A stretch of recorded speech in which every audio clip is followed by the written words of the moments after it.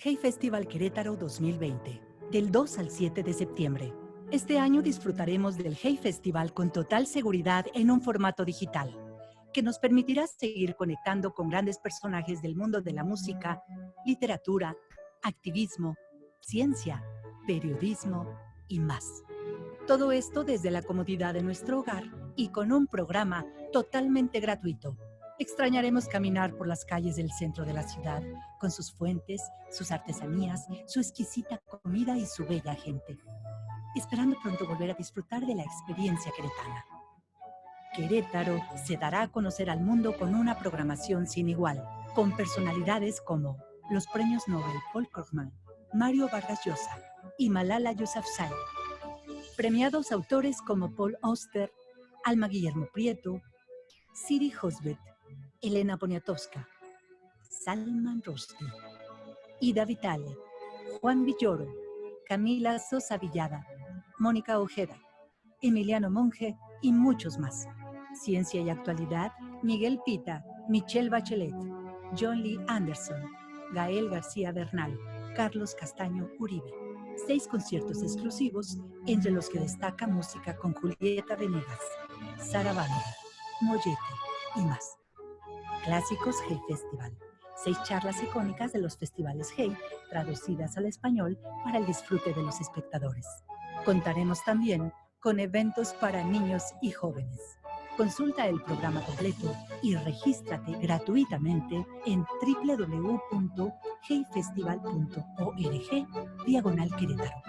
Hey Festival Querétaro 2020. Imagina el mundo.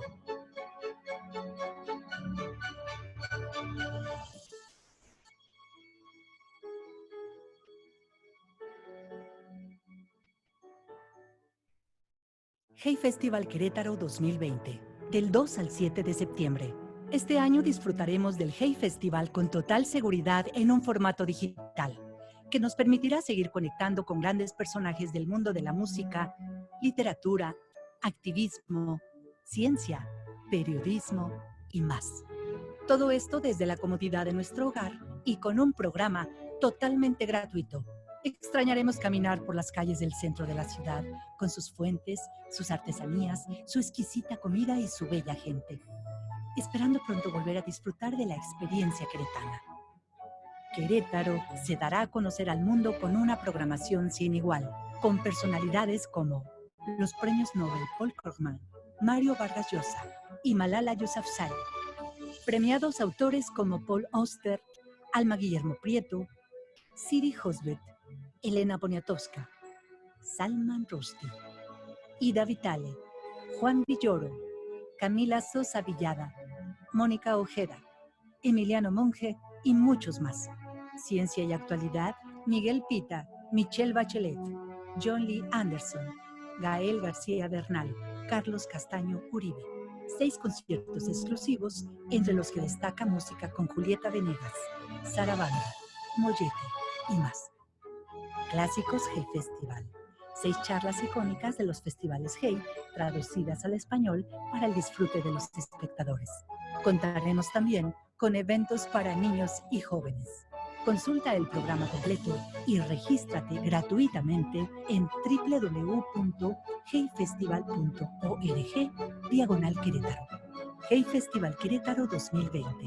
Imagina el mundo.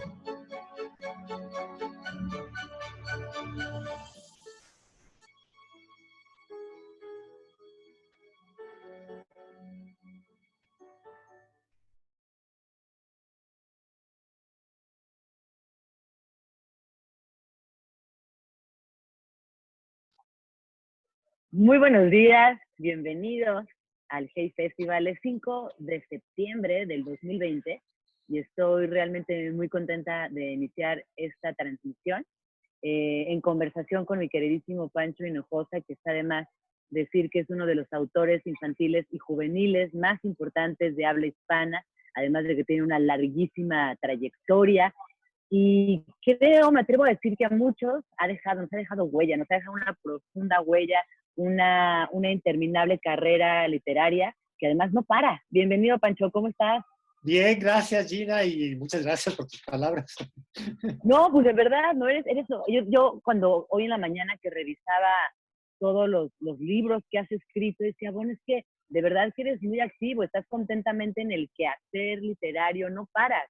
Y además, ahora con todo esto de los Zooms y demás, te organizas para seguir escribiendo. ¿Cómo es tu día a día de chamba? Platícanos un tantito antes de entrar en tema. Pues lo que sí es que siempre escribo y es una actividad que disfruto mucho. Si no pudiera escribir, yo no sé qué haría.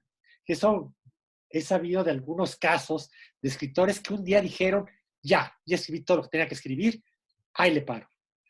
Y yo, si le paro, pues creo que ya muero. Oye, ¿y te da la famosísima hoja en blanco? Eso no te ha pasado nunca. Hay días que No, no estás porque tan... siempre tengo distintos proyectos abiertos.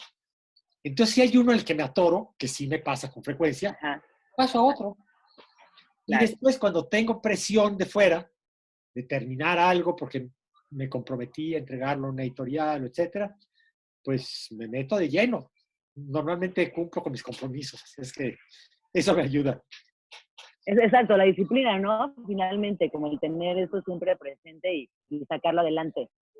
Oye, Pancho, hoy vamos a hablar acerca de algo que a mí me maravilla mucho y que en tu libro Inti Farofe se presenta de una manera súper clara, súper divertida, y que es el lenguaje, cómo el lenguaje todo el tiempo está en constante cambio, va mutando de acuerdo al contexto, no es el mismo español el que hablamos en la Ciudad de México que el que hablamos en Chiapas o el que habla una persona en Perú. Esta magia del lenguaje, que por más que queramos significarlo, es realmente imposible. Y luego cuando pienso en personajes o personas, por ejemplo, mis hijos, que todo el tiempo inventan palabras, o Oliver en el libro, que tienen esta capacidad de adaptar su propio día a día, su propio entorno con palabras que les gusten.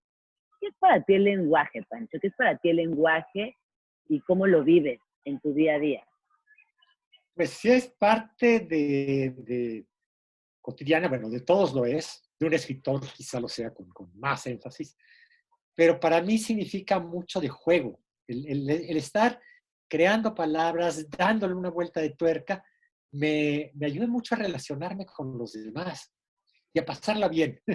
Este libro de Inchi Farofe nació con una idea hace 15 años más o menos, que yo quería escribir un libro que se llamara Pinche, pero bueno, pues no iba a haber editorial que lo quisiera publicar, no iba a haber maestros que permitieran que te hagas tu escuela, no iba a haber padres de familia que lo permitieran. Entonces le di esa vuelta de tuerca, Inchi, que además es algo que así es más usado en el norte, y, y allí empecé a jugar con esto, ¿no? Y también muy soterradamente, no muy soterradamente, más bien una segunda lectura que le puede dar un adulto, es que sí hay una crítica a la Academia de la Lengua, ¿no? Que quiere fijar, dar esplendor a la lengua, cuando es algo que está tan vivo, que cambia con tanta frecuencia, interviene la tecnología, nos ha traído una cantidad de palabras nuevas, pero también evoluciona. Cuando yo era niño, le decía a alguien buey, yo le quería decir animal, no seas animal, no seas buey. Ahora eso ya cambió, tiene otra ortografía, dos ortografías, una es con W, otra con G y una U con diéresis, y significa amigo, amigo entre pares. Entonces, ¿cómo puede cambiar tan radicalmente de ser un animal a ser un amigo? Y cambiarle, ¿no? Está cañón. Es algo que también se modificó así, para no decir en una reunión está cabrón, entonces, está cañón. Claro. Entonces, bueno, todo este tipo de cosas es un juego. Yo pienso que hay detrás de eso también un juego y me gusta jugarlo. No, y también te escucho hablar y pienso en todas estas palabras digitales, de googlear, tinderear, chatear, todas estas palabras que finalmente pues se acaban de involucrar con nuestras vidas y ya son de uso cotidiano y ni siquiera surgen del español. Entonces ahí también tenemos un cruce con algo que es global, que se va adaptando y que es muy divertido. Pero yo, por ejemplo, pienso en palabras de mi infancia, un guineo, un plátano. Hace poco recordaba que mis tías decían, ay, es que tenemos un huevo hecho, ¿no? Una papada, porque ellas son de Chiapas. Un chel, en vez de decir una lagaña. y que digo, es gente que está en Chiapas, no es que estemos pensando en otro idioma, y es Ajá. muy bonito recordarlo, porque también la palabra tiene memoria. Entonces yo cuando conecto inmediatamente con estas palabras, pues el corazón se me hace gordo, porque involucra a Milita, involucra a mi familia, a las tías, a toda esta gente que para mí esas palabras las representan. Entonces, como dices, es muy divertido, pero también es bien emocional, y creo que cada sistema familiar incluso puede tener sus propias palabras. Oye, y platícanos de Oliver, de este personaje que es genial. Bueno, y vamos a volver un poquito a lo que decías antes. Cuando se escribe para niños, hay que tratar de encontrar una palabra adecuada. Por ejemplo, la palabra chícharo. Eso lo usamos en México. En otra parte ¿Sí? es guisante. En Venezuela, en la Dominicana, es petit pois. Entonces, cuando voy a hacer un guiso de arroz en un cuento mío para niños, mejor no lo hago con chícharos. Lo hago con Ajá. brócoli, que es algo que es más efectivo. Más Pero universal. más universal, ¿no? Y bueno, me gustó mucho este personaje de Oliver, que te digo que después de 15 años de estarle dando vueltas, pues le di la vuelta de tuerca a la palabra y, y me salió muy fluido, porque quizá el personaje me identifiqué mucho con él y yo inventaba palabras de niño. Una que tenía de mi invención era bilichona. Cuando alguien me Bilichona. Sí, cuando alguien me molestaba, yo le decía, vete a la bilichona. Y mi padre me preguntó, eso me lo contó ya después, oye, ¿y qué significa bilichona? Yo le decía, significa ciudad universitaria. CEU, ¿por qué? Porque además yo de niño iba a CEU, al actual Auditorio Che Guevara, a presenciar los ensayos de la Orquesta Filarmónica de la UNAM, que conducía a Eduardo Mata. Pero ¿por qué le puse bilichona? ¿Y por qué les dice vete a la bilichona? O sea, déjame en paz y vete a hacer otras cosas. Bueno, y había también un antecedente a este Oliver en un libro que se llama Léperas contra mocosos. Léperas, por cierto, es un título que se lo puse en ese momento y que me sonaba bien, pero ya es una palabra en desuso. Un Sí, niño como que las... actual Sí. ya no entiende qué es lépero. Groseros sí, pero léperos no. Entonces aquí No, también... porque más como que, sí, cuando te dicen que eres un lépero, es como que ya es más grosero de lo que debería estar siendo, ¿no? Un lépero ya es muy grosero. Ya Pero es suena. verdad que ya no se usa. Sí, sí, sí. Y bueno, pues tiene este antecedente de estas personas, son mal habladas, que lo que dicen, pues no son realmente malas palabras, si es que existen buenas o malas palabras. Eso lo digo mucho con los niños y con los maestros también, ¿no? Oigan, ¿existen buenas y malas palabras? ¿Existen buenas y malas piedras? Bueno, si una piedra la usamos para darle en la cabeza a un tipo, pues es una piedra mala, Claro. por el que le estamos dando. Pero si la usamos para construir nuestra casa, y las palabras sucede lo mismo. Según la intención que le demos, tiene le damos un sentido, ¿no? Podemos decir así, un tonto con tal coraje que puede ser la peor palabra del mundo y es algo de uso común, ¿no? Entonces, bueno, quería poner un poco eso en juego y poner así a la Academia de la Lengua, pues como parte de este juego de admitir o no admitir. No, que también me parece este gesto de las pantuflas, donde evidentemente ahí estamos viendo que la academia ya está en otra dimensión, que no va al día con lo que está sucediendo en la cotidianidad, en la covidianidad, que están Sí, ahí ¿no? Desde los libros, desde decidir qué es bueno, qué es malo, y pues que eso definitivamente no funciona.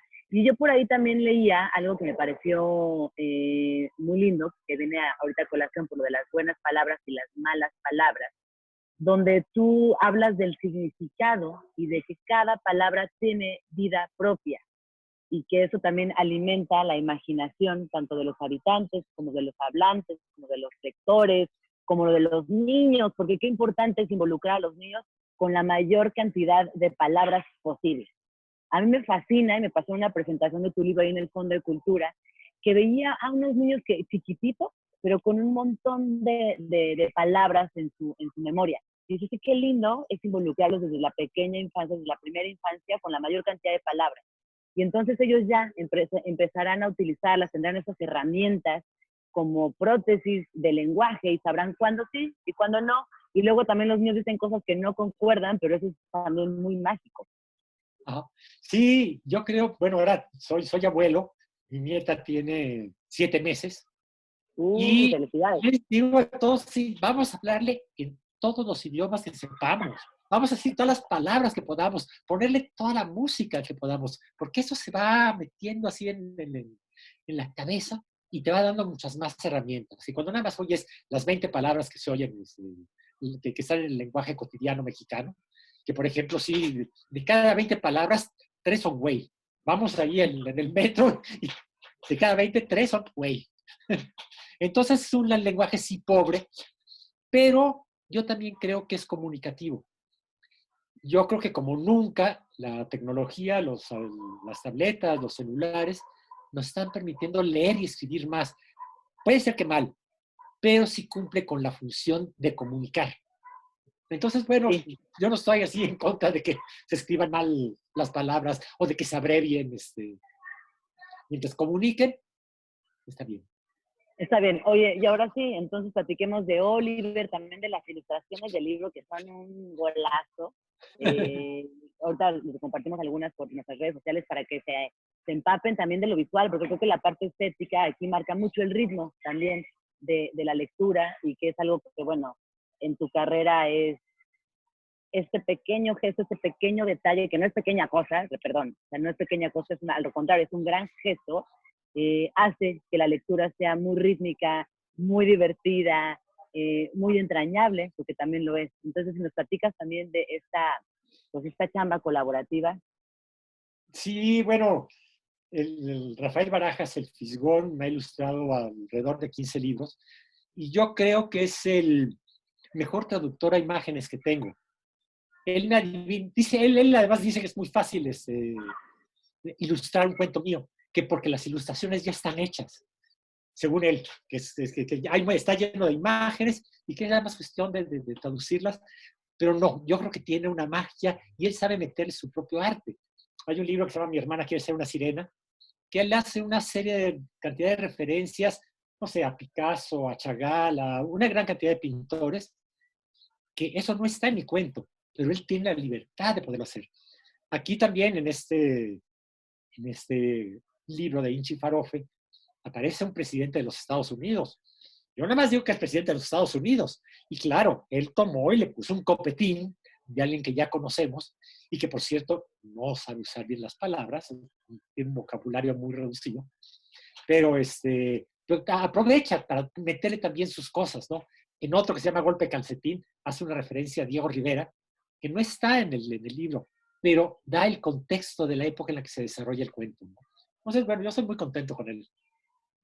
Oye, y ahorita que te escuchaba hablar, que te ha ilustrado más de 15 libros, pues eso también habla de una amistad y una complicidad que no puedo ni imaginar. Normalmente los autores y los ilustradores, cuando logran esta gran magia, pues me imagino que van más allá del trabajo, me imagino que intelectualmente conectan mucho, que son buenos amigos. ¿Cómo ha sido ese vínculo de tantos años? Pues fíjate que yo lo conocí hasta después de haber ilustrado mi tercer libro. Primero me ilustró Aníbal y Melquiades, después La peor señora del mundo, y después Amadís de Anís, Amadís de Codorniz. Este último trata de un niño que come dulces y de tanto comer dulces se convierte en un niño de dulce y sus compañeros empiezan a comer. Y eso yo pensé ese cuento basado en la experiencia de mi hijo, que comía muchísimos dulces y también le decía, te vas a convertir en un niño de dulce y te vamos a comer. Bueno, escribí el libro, el Fisgón lo ilustró, después conoció a mi hijo y se dio cuenta que había una similitud entre mi hijo y el personaje, ¿no? Entonces, hasta ese grado tenemos allá de empatía. A partir de que nos conocemos, si bien no nos vemos muy constantemente, sí tenemos una muy buena relación y una muy buena plática, conversación acerca de muchos temas que nos interesan. Oye, cuando pensamos, las que somos madres, y en general creo que es una idea que permea el pensamiento colectivo de la maternidad, sobre todo en la primera infancia, es que los niños tienen que leer o tenemos que acercarles historias pues con final feliz, que sean cursis, que sean perfectas. A mí me encanta, Pancho, porque siempre llevas a los niños al otro extremo. Los retas intelectualmente, los retas emocionalmente, les presentas a personajes bien malvados y que nunca se vuelven buenos, además, que son malvados y Sí. nacieron malvados y morirán malvados. ¿Qué te dicen los niños? Porque también conectar desde este lugar tan inteligente con los niños, de entrada te felicito, de entrada te lo agradezco, y quiero que nos platiques cómo es, qué te dicen los chamaquillos. Mira, salvo un caso de un niño lector, muy lector, que por cierto creo que ya siguió una novela, imagínate. Imagínate los años que han pasado. Él tenía como 7 años, 8 años, y se fue a vivir a Barcelona por distintas cosas, y escribió un libro que se llama Una semana en Lugano, que tiene un final que no es nada feliz. Nada feliz. Es la corrupción del mundo adulto termina por darle la torre al niño que debió haber ganado un premio. Y su mamá me dijo, oye, David se llama joven ahora, por eso, como siempre, recibe un libro tuyo y lo vuelve a leer de inmediato, pero esta vez se saltó el último capítulo. No quería tener esa experiencia, ¿no? Entonces escribí una carta larga, así, explicándole por qué se podía tener finales que no son felices, por qué la vida también nos da otras cosas, ¿no? Hay otro que se llama Buscalacranes, en el que un niño, bueno, es malo, el niño desaparece, Vale. hace pum, ya, no nos volvemos a saber nada de él. Y claro, eso al principio, hace ya años, no era bien visto por el mundo adulto, y ahora, pues sí, lo comparten los padres con los niños, los mediadores, los maestros, lo comparten con los niños. No, porque a mí me parece que es muy, muy importante y trascendental platicar con los niños de que no todo es bueno, de que tampoco es tan polarizado, ¿no? Tampoco está la madrastra, súper villana, insoportable, y la pobre doncella que no se puede defender, sino que en el mundo hay de todo, que los malos también ganan, aunque siempre, o sea, más veces ganamos los buenos, pero muchas veces ganan los malos, y que está bien. Me parece que romper con estos arquetipos, con estos estereotipos, y hablarles desde la infancia con la verdad es muy valioso. Y yo creo que tú lo has hecho de una manera extraordinaria. Incluso, ¿no? En todos estos que mencionas y cuando presentas libros y demás, como decirles, pues niños, así es la vida y así Sí, nos va a tocar. pero además saben cuando se trata de una ficción y que no es realidad. Digamos, ha Sí, habido libros censurados, muy censurados. Huckleberry Finn, Roald Dahl, un gran autor, Harry lo Potter. máximo. Harry Potter censurado por la iglesia, porque dijo, es que no hay ahí una religiosidad dentro de esto. Y se lo toman muy a pecho. En cambio, un niño sabe que se trata de ficción, que es un cuento, que eso no es la realidad. Entonces, bueno, como que se permite. Alguna vez nos invitaron algunos autores a escribir un cuento, pero nos decían que teníamos 34 temas prohibidos. La xenofobia, la guerra, las drogas, el niño en situaciones difíciles, la política controvertida, pero más adelante decían las golosinas, el rock and roll, el Día de Muertos, y el último era las casas con alberca, Órale. como temas prohibidos para escribir para niños. Ajá. Y hoy vemos que ya no solamente son duendes, castillos, princesas, príncipes, animales, sino que los temas son diversidad sexual, desapariciones forzadas, la muerte, el divorcio. Estos temas que antes considerábamos prohibidos, hoy pueden caber dentro de la literatura porque nos dimos cuenta que no es cuestión del tema, sino del tratamiento que se le da a ese tema. No, y también me parece que hablar justo de migración, de todos esos temas que atraviesan sociedades completas, es importante hablarlos desde la primera infancia, porque entonces después te vuelves adolescente, adulto y te enteras de sopetón de todo lo que la vida te ocultó, la sociedad, tus padres, y es difícil entonces tener quizás la aproximación segura, la información necesaria. Yo creo que entre más información es mejor. Y a propósito de esto, Pancho, quería preguntarte, con todos estos temas, ¿cómo ha crecido también la escena de literatura en México? ¿Qué opinas al respecto? Porque, bueno, ¿qué opinas? Cuéntame. Bueno, pues esto ha crecido muchísimo, muchísimo. Cuando empecé, digamos, el primer libro que publiqué fue en el 82, que fue A Golpe de Calcetín, el primer libro original. Antes aparecieron algunas adaptaciones. Pero entonces no había muchos autores. Juan Villoro es de los pocos que había, y había otros más que eran muy ñoños. De todo pensaban que los niños solamente se les trataba con diminutivos y ya. Pero esto ha cambiado mucho. Hace algunos años en Colima me encontré ahí con un autor también, el Gato Quezadas, y un niño nos preguntó, oigan, ¿cuántos autores de literatura infantil hay en México? Y él, a bote pronto, dijo 80. Ah, Yo le dije, ¿de dónde sacaste ese número y todo eso? Pero después me puse a dar cuentas, digamos, en activo, que no hayan escrito nada más un libro, sino que continúan en eso y que tienen que tienen lectores, pues sí. Y eso está creciendo y creciendo y creciendo cada vez más. Entonces me da mucho gusto de no tener nada hace 30 y tantos años a este boom que ha habido ahora. Creo que lo que más se vende ahora en las editoriales que publican libros para niños es eso. Eso y la autoayuda, que eso sí, bueno, es un lastre, bueno, digamos. esa es una batalla perdida. Ahí no Sí, podemos hacer nada. Oye, y con 38 años, ¿cómo te sientes? 38 años escribiendo, ¿es un rato? ¿Es un rato? es un rato, pero como te digo, muy disfrutable. Yo no sé si un ingeniero disfrute mucho hacer un cálculo de un puente, no lo sé, pero yo disfruto mucho escribir.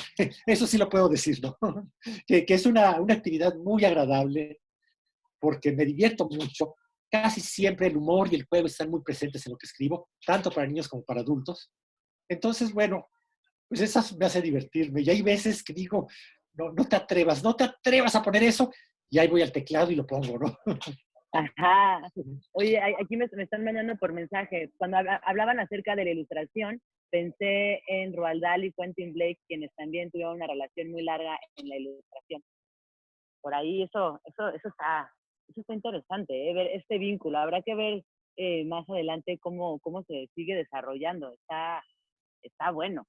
Oye, Pancho, ¿y ahorita en qué estás trabajando? ¿En qué va tu día a día creativo? Ahorita estoy terminando una novela basada en un cuento. Escribí hace como 35, un poco más de años, un cuento llamado Informe Negro, que es un cuento escrito en 100 capítulos, pero cada capítulo tiene 1, 2, 3, 4, 5 líneas. Y yo siempre he dicho que es una novela no desarrollada. Entonces ahora me propuse hacerlo novela. O sea, esas 2, 3, 4, 5 líneas, transformarlas en 1, 2, 3 páginas. Y también ver cuál es la diferencia entre el cuento y la novela. Yo soy más cuentista que novelista, me siento así, a pesar de que he escrito algunas novelas, pero, pero estoy dándome cuenta, estoy como analizándome a mí mismo y voy a tratar de hacer como una reflexión final acerca de estos dos mundos, la novela y el cuento. Oye, dime una cosa, cuando regresas a tu obra, pasados en 37 años, cuando tienes la oportunidad de regresar, de releerte, quizás hasta de reestructurarte, no lo sé, ¿haces ese ejercicio? ¿Cómo la llevas con ese reencuentro de tu mismo trabajo a lo largo de los años? Pues cuando puedo meterle mano y corregir algo, siempre hay algo que corregir. Yo termino un libro y ya, digo, lo doy de alta porque, bueno, pues si no, se me atora, ¿no? Ya pasaron los 9 meses de gestación y ya 10 es peligroso, ¿no? Entonces ya lo doy, pero siempre me quedo con alguna cosita de que algo puede perfeccionarse, y cuando tengo esa posibilidad de que me dé el editor chance de meterle mano, pues ahí voy y lo hago. Claro. Oye, tenemos algunas preguntas. ¿Quieres que te las vaya leyendo? Por Mira, supuesto, sí. nos dice Saraí Zamorano que cómo poder rescatar una memoria del lenguaje ante los cambios. Es un patrimonio vivo y por tanto evoluciona. Pero ¿cómo poder mediar esos cambios y construir la memoria colectiva?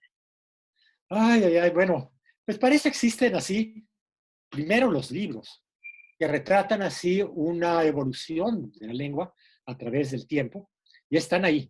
Los libros están en las bibliotecas para dejar constancia de eso. Pero es tan volátil la lengua que es difícil tenerla, fijarla en un solo diccionario. Esos diccionarios tienen que cambiar cada semana. Cada semana, ¿verdad? Yo creo que sí. Totalmente. Sí, yo también creo. Y además, Luego bueno, nos mandan. que nos demos la oportunidad nosotros, hablantes, de decidir cómo decimos. No sé, a mí me gusta el lenguaje inclusivo y yo sí puedo decir, niños y niñas, no nada más niños. La lengua dice, no, eso es una cuestión, nada más cuando estás frente a un micrófono lo puedes hacer. Y no, yo soy muy a favor de que se pueda hablar de estos dos y dar inclusión siempre Siempre. a las mujeres, por supuesto. Inclusión siempre, muy bien. Pero ¿sabes qué? Yo cuando pongo de repente en mis posts así de que los niños, ay, y no, y la gente me cuestiona mucho el niñez. El lenguaje inclusivo todavía está, hay gente que, no, la mayoría obviamente lo abrazamos, lo utilizamos y es parte de nuestra vida, pero todavía hay un sector que no le gusta la idea, sino que el tema del verlo escrito diferente, escucharlo distinto, les saca ronchitas, ¿eh? No te creas, pues es una conversación muy amplia. Pero yo Sí, estoy de acuerdo contigo, inclusión siempre. sí. Y diga lo que Oye, diga la Academia de la Lengua, eso a los hablantes nos tiene muy sin cuidado. sin cuidado, totalmente. Luego nos dicen, Yanka, Francisco, ¿cómo imaginas el panorama para la literatura infantil y juvenil en una década? Chut, chut, Antonio Bonilla. Pues yo creo que increciendo, creo que cada vez se escriben mejores libros, mejores textos, cada vez hay más editores interesados y cada vez hay más lectores. Decimos que en México leemos 1.9 libros por cabeza al año, pero si esa encuesta la hiciéramos de los 5 a los 12 años, que por cierto no están incluidos en esa otra encuesta, esa cifra subiría bastante. Quienes más están leyendo ahora son los niños.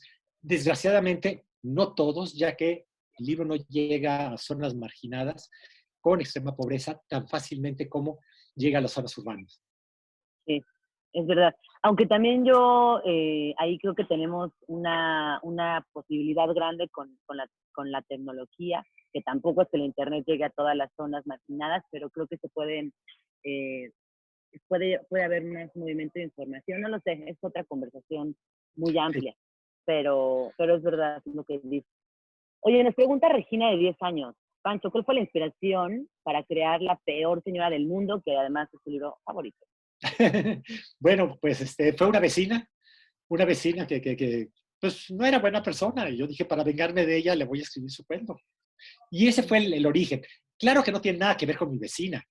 Esto porque además yo anoté en mi cabeza, escribí un cuento sobre alguien que sea la peor señora del mundo, pero lo escribí 2 años después, yo ya me había olvidado de mi vecina, me había cambiado de casa, y un día se me vino a la cabeza la historia completa y la terminé, y yo creo que ha sido una de las experiencias escriturales más gozosas, a pesar de que cuando la concluí, después de 5 horas, y yo creo que es el libro que he escrito más rápido en mi vida, yo dije, nadie lo va a querer publicar.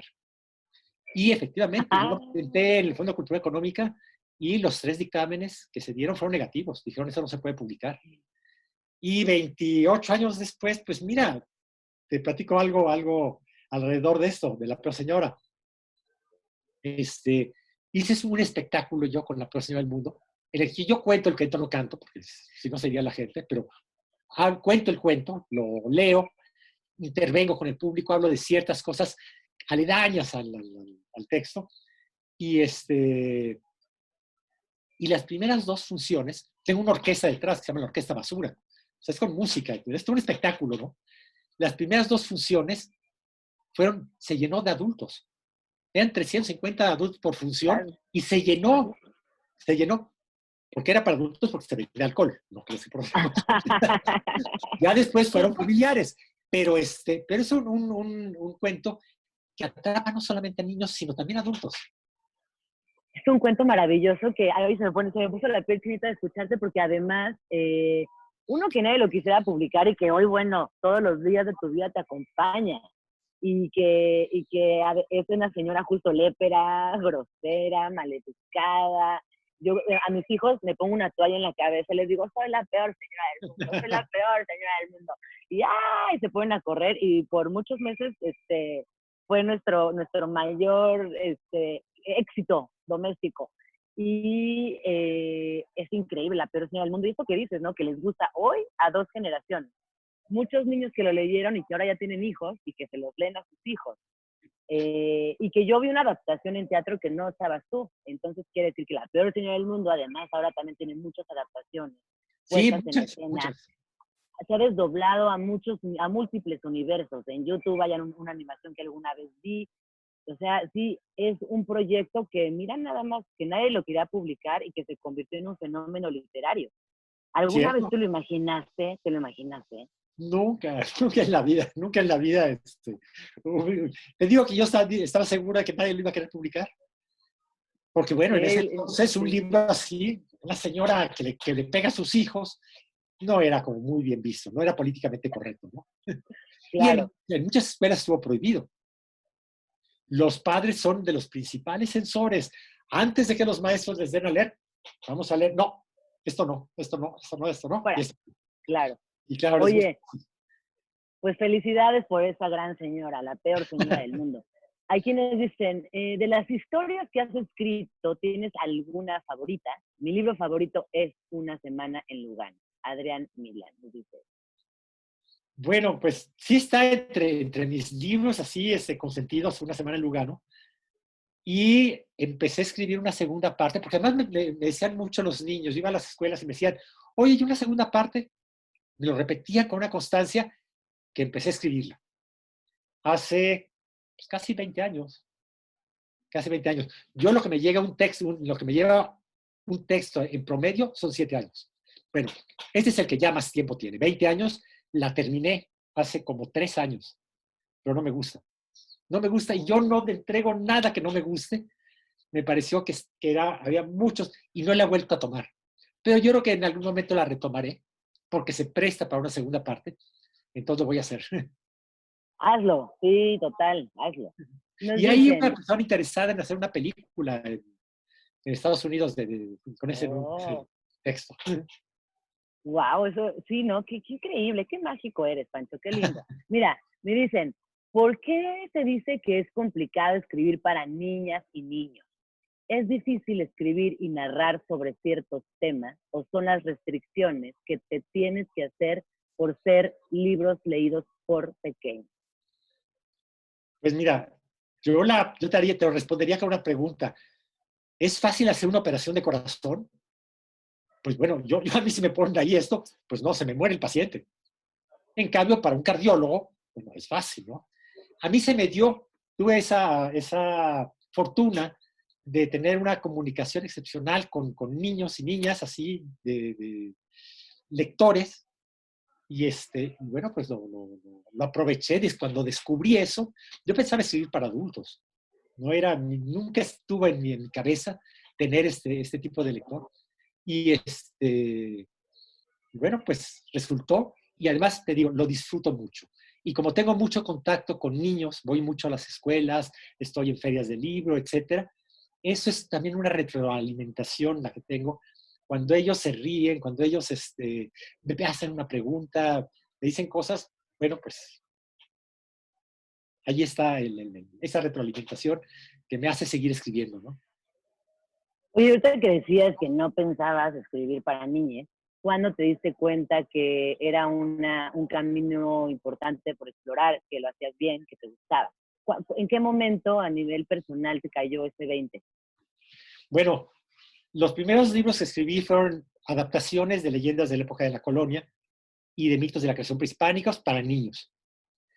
Pero los mismos editores de una extinta editorial que se llama Novaro, les fue tan bien que dijeron, queremos ahora cuentos originales para niños, con la condición de que cada uno tenga que estar ubicado en determinada etapa de la historia de México. Pocos de esos autores se siguen leyendo como autores para niños, como, no sé, Hugo Iriarte es un gran autor, tiene algunas cuantas cosas para niños, pero no es lo que consideramos un autor de libros para niños, ¿no? Bueno, escribí A Golpe de Calcetín, que además fue rechazado por los niños al principio, lo tuve que volver a escribir, y bueno, pasó el tiempo, yo dije, voy a seguir escribiendo mis cosas, pero alguna vez tuve la oportunidad de leer ese cuento en Tabasco, yo trabajé en Tabasco un año, en el 85, y y viajé a una comunidad que se llamaba algo así como Pejeragartero número 3, donde estaban reunidos los estudiantes de secundaria de toda esa región, y les leí A Golpe de Calcetín, y cuando vi sus caras de gusto, yo dije, yo quiero seguir viendo esas caras. ¿Qué hay que hacer? Pues escribir para niños. Y eso mismo me pasó en Colombia, en Medellín. Y yo también estuve en 20 escuelas, bibliotecas, centros de lectura, y la respuesta de los niños ante la peor señora del mundo fue tal que, de verdad, yo digo, es que yo les debo esto, yo les debo tener que seguir escribiendo, ¿no? Qué lindo. Ay, qué emocionante, qué lindo. Mira, nos dicen, además de escribir literatura infantil, disfrutas disfrutas leer de este género como lector. ¿Qué escritores nos recomienda? Nos dice Dulce Baena. Bueno, como les decía, el abanico de posibilidades es amplio, pero ya que estamos aquí, me gustaría decir algunos cuantos mexicanos que quiero recomendarles mucho. Ya hablé de Juan Villoro, pero tenemos muchos muy buenos autores y por supuesto de los 80 no voy a decirlos todos, porque tendría que irme a mi lista. Pero bueno, que me gusta y que he leído casi todo, no sé, Vivian Mansur, que tiene así El enmascarado de Lata y Familias Familiares y El peinado de la tía Chofi, Toño Malpica y Javier Malpica son dos hermanos que escriben maravillosamente. Toño tiene, no sé, 60 obras publicadas y todas son de una gran efectividad y es realmente muy emocionante poderlo leer, ¿no? El Gato Quesada, Sana Romero, Mónica Broson, Karen Chasek, Norma Muñoz Ledo. Hay una gran cantidad de autoras y autores mexicanos que de verdad son imperdibles. Me dice por acá, ¿en qué se inspiró para escribir Manual para corregir niños malcriados? Nos pregunta Naomi Lupercio, de 11 años. Y Hola, luego nos dice, sí, Naomi. Hola, Naomi. Y luego nos dice, ¿habrá manual para maestros malcriados? Bueno, mira, me inspiré en un libro que me dio mi editora en ese entonces, que era un libro escrito por un cura en el que exponía así los pecados que cometían los niños. Pecados, así entre comillas, ¿no? Por ejemplo, desobedecer a sus padres. Y entonces contaba la historia de un niño que desobedeció a sus padres y lo que le pasa por desobedecer es una tragedia terrible, ¿no? Entonces yo me quedé con eso, leí 2 o 3 y se me ocurrió ese manual para corregir a niños malcriados. Vino como consecuencia el de adultos, me pareció que era lógico el que pudiera existir, porque también hay que corregir a los adultos, ¿no? Y los Totalmente. maestros están muy involucrados también. Hay maestros, hay abuelos, hay maestros que ya están en estos libros, ¿no? Así es que sí, hay que corregir también a los maestros. Nos preguntan que si tú eres malcriado y que si crees en Dios. Fui malcriado y no soy creyente. No Fui soy muy creyente. malcriado, fui muy malcriado. ¿Sí fuiste un niño muy malcriado? No mucho, pero sí, tengo 3 hermanos, pero estábamos muy cerca de edad. Entonces éramos una buena banda. Mi madre me tuvo a los 17 años, pues casi era una niña, como yo fui su última muñeca, pues yo fui el mayor de todos, ¿no? Entonces teníamos así como una convivencia y una manera de divertirnos, de jugar, que nos hizo tener una infancia, yo creo que feliz, tranquila, normal, pero feliz. Oye, ¿tu infancia trascendió en la Ciudad de México? En la Ciudad de México y en Mexicali, Baja California. 3 años en Mexicali, Baja California, con un calor que ahí sí creo en el infierno. Sí, que hinche calor. Eso sí es calor. Calor seco, después viví en Tabasco, que es el calor húmedo. Los dos son muy extremos, pero sí, viví entre México, en la Ciudad de México y Mexicali. 3 años. Oye, y cuando piensas en tu infancia, ya nos dijiste que era una infancia muy feliz, seguramente también era otro México completamente distinto. Pero ¿cómo recuerdas tu infancia, Pancho? Pues yo podía salir a jugar en la calle fútbol, andar en bicicleta por las calles sin tener miedo de que me atropellaran. Yo veo que sale mi esposa, mis hijos salen en bicicleta, ¿no? Y todo eso. Y yo me quedo así, ¡ay! No me vayan a atropellar. Está México de bárbaros, de incivilizados, de verdad, especialmente automovilistas y motociclistas, ¿no? Que son muy incivilizados, ¿no? Y claro, la bicicleta, que realmente es una opción tan buena contaminación y para esta vialidad que tenemos ahora, bueno, el respeto que le tienen estos otros automovilistas no es el que debería ser. Sí, no, y ahorita, híjole, ahorita que te escuchaba también hablar y pensar que ahora, pues los niños por lo pronto no pueden ni salir a la calle, ¿no? Ni a la escuela. Así que bueno, pues ya veremos cómo se va transformando esto. Por Ni supuesto, modo. sí. Oye, nos dicen, ¿cómo logras trabajar historias para niños y jóvenes sin eufemismos ni tratamientos políticamente correctos, a pesar de los censores, de los padres, los maestros y librerías? Bueno, pues sí he tenido dificultades. Alguna vez me han rechazado un libro, y uno muy recientemente. Sí, porque no, digo, no te preocupes, si algo me sobra, es editoriales donde publicar. Claro, Entonces, si no lo totalmente. quieres publicar, este es tu problema, ¿no? Hay un libro de Vivian Mansur que se llama Fuiste tú, que es la historia de un pedo.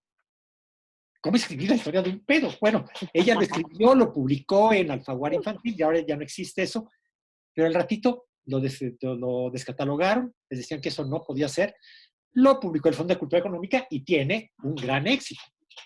Y Y los niños aquellos se editores asustan. saben de dar de topes, ¿eh? Sí. Sí, exacto. Los niños siempre encuentran la salida para llegar también a esos contenidos. Yo creo, y lo que decías, ¿no? Son niños, nada más. No significa que piensen menos. Que eso también es como un grave error, no porque sean niños, piensan distinto o piensan menos. Entonces, ellos saben perfectamente qué es ficción, qué es un libro, que surge de la mente creativa de alguien que hay detrás y cuál es la condición del libro. Oye, nos dicen, este mensaje es muy bonito. Me dicen, ¿podría haber una segunda parte de La peor señora del mundo? Mi hijo, que tiene 23 años, se hizo un gran lector gracias a sus libros. Norma Angélica López Hernández. Pues Norma, en algún momento me plantearon hacer como no una, sino varias partes más de La peor señora del mundo para un programa de televisión. Ajá. Es un programa que duraba 2 horas, era para público adulto, era nocturno, y entonces querían que ese cuento tuviera pues otras aristas, ¿no? Y cada media hora, digo que duraba 2 horas, cada media hora se iba a pasar una tira animada de una nueva historia de La peor señora del mundo. Y la primera que escribimos, así, junto con un amigo, Armando Vega Gil, que en paz descanse, trataba de el mismo pueblo de Turambul, existe una convocatoria para tomar clases de karate. Y la primera a inscribirse es La peor señora del mundo. Y claro, toma las clases de karate y el maestro, pobre japonés, termina todo golpeado contra la pared con un hilito de sangre saliéndole por todas partes, ¿no? La segunda parte, ella sale a la calle a poner en práctica sus nuevos conocimientos. Ya era el terror del pueblo, pues ahora peor terror va a ser que golpea a todos, le pega a un autobús y salen disparados todos los pasajeros, etcétera, ¿no?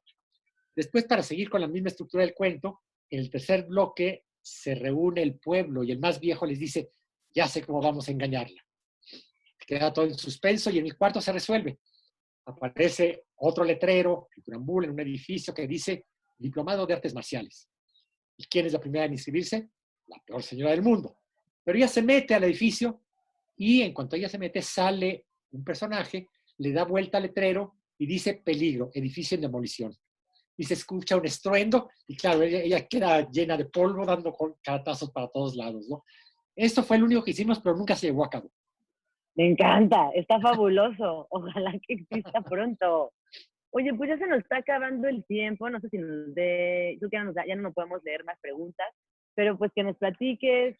Bueno, obviamente todos tus libros están tanto en digital como en las librerías, que ya están abiertas, así que los pueden ir a buscar. Pronto en Que audiolibros también.